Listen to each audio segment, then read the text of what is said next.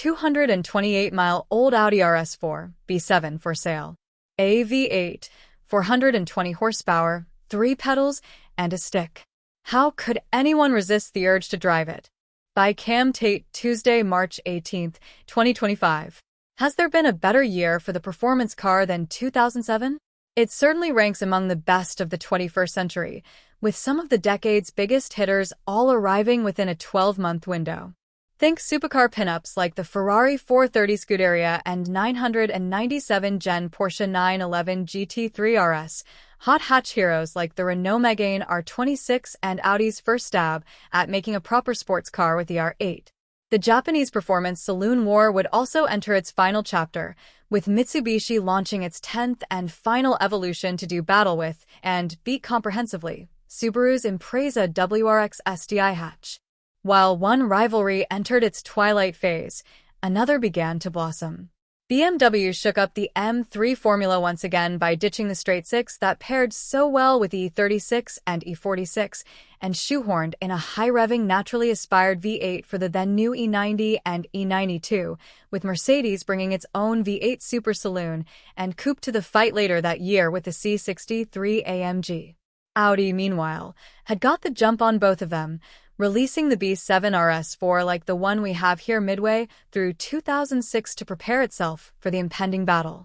Like BMW, Audi switched from six-cylinder power, albeit arranged in AV and with a pair of turbos, for a 4.2-liter naturally aspirated V8. It's a legendary engine in Audi circles, given that it's largely the same unit as the one that powered the original R8, and a similar V8 had been used for the B6 S4 4 years prior. That one only had 344 horsepower. The RS4, meanwhile, was pushing out 420 horsepower and roared all the way up to an 8,000 RPM redline. A 6-speed manual was your only option, and if you timed your gear changes just right, Audi claimed you'd hit 62 miles per hour from a standstill in a 4.8 seconds, which is exactly what BMW said was possible with its manual M3. Rapid as the RS4 was, the B7's true party piece came to light in the corners. Whereas previous hot Audis were brilliant in a straight line but a tad numb and understeer-prone in the bends, the B7 was said to be vastly more tactile and playful. By default, the RS4's diff sends 60% of the car's torque to the rear axle, though even more can be sent that way if the conditions call for it.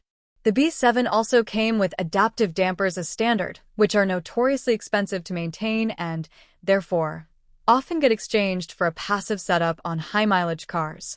This stunning Navara Blue example, however, is at the opposite end of the mileage spectrum. Just 228 miles have been covered since it rolled off the forecourt, or winched onto the back of a trailer, in 2007, and is therefore as close to a brand-new B7 RS4 as you're ever likely to find. Quite how anyone could resist the urge to take it for a good thrashing once in a while is anyone's guess, with the only ground covered in recent years appearing to be a trip to and from the MOT center. But how often do you get the opportunity to drive a new car 15 years after it was discontinued? Given its immaculate condition, this RS4 was always going to carry a premium. And boy, what a premium it is. Ready? It's 69,990 pounds. Not six figures, but it's 4 times the value of the cheapest B7 currently available on PH. This 50k mile car is perhaps a better comparison and comes in the more desirable Avant body style for 21,995 pounds. You'd better be quick if you fancy the we have here mind, because this might be your only opportunity to pick up a near brand new example of an Audi great. It'll just cost you a few limbs in the process.